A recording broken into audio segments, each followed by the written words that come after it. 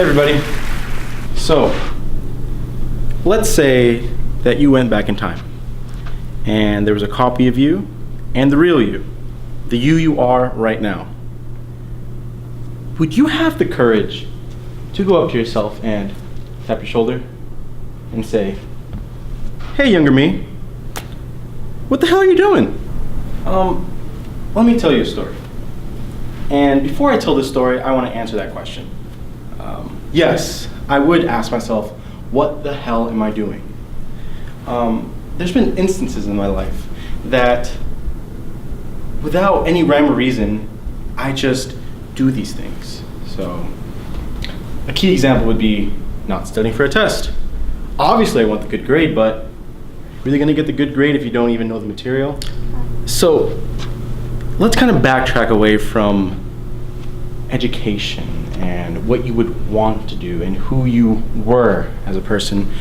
And let's kind of focus on that courage you need to go up to yourself and ask that pivotal question. What would you say to yourself?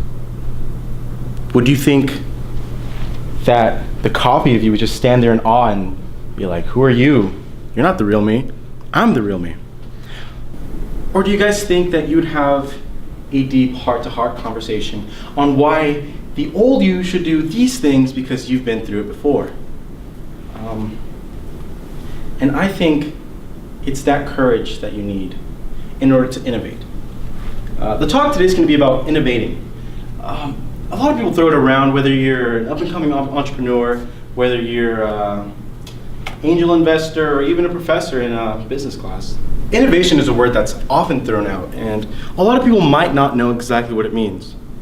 To put it in common terms, innovation is active change, or the change that you would want to see in yourself, in the world, any medium whatsoever. And it's this very innovation that drives us to be a better person every day. So, let me tell you a story. In the 10th grade, I was a knucklehead. I wouldn't do my work, wouldn't listen in class, and I just wasn't who I wanted to be. I knew I could do better. And slowly, but surely, I arrived to the conclusion that, hey, I can do this. There isn't anyone holding me back except for me. Let's just cut all the nonsense and let me give you 3 little keys in order to innovate. And yes, innovate yourself. Many times innovation is kind of a word that people throw out to think of a product, to better something that would improve the quality of life of others. Why would you want to make a product better when you can just as easily make yourself better? So, tip number 1 for innovating in yourself is to just wake up every morning and be happy. It goes a little bit farther than being happy. It's more about a gratitude, whether it's having the shoes on your feet, having a roof over your head, having a pillow to sleep on, to lay your head on at night. Being grateful is one of the most powerful things that I've come to learn in my 18 years of being on this planet. Just as easy as saying thank you can get you a really long way. And I know that a lot of you might already know this, but it's always good to re-internalize things.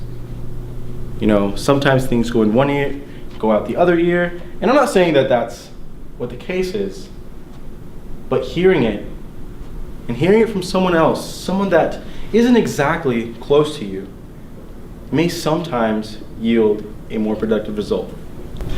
Tip number 2 is to just be a nice person.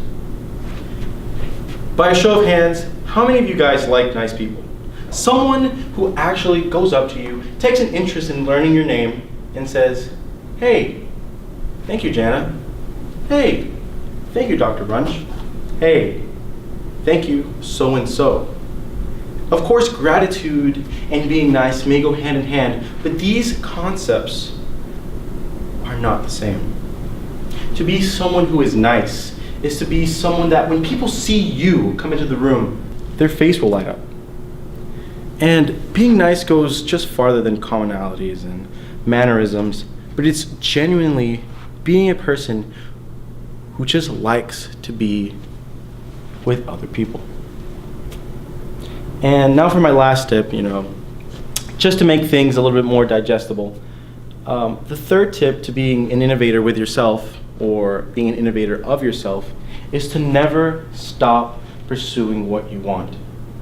Many times children are stifled by the things that they might be restricted to. And it isn't because of who they want to be or what they are pursuing, but many times it's the people around them. Never, ever, ever stop dreaming. And never, ever, ever stop pursuing the things that you want in your life. If you want to be an astronaut, go do it. Go to the moon, go to Mars, sail the galaxy. If you want to be a mathematician, hey, that's cool. Math might not be what a lot of people would choose to do in their lives, but mathematics is a beautiful thing. And of course, beauty is in the eye of the beholder. And if you just want to live a life that has peace, and you get along with people, and you love the people who are around you, God bless you. Go do that. Do everything in your power to never stop dreaming, and never stop innovating. Never stop investing on yourself. And just go out and do it. Thank you.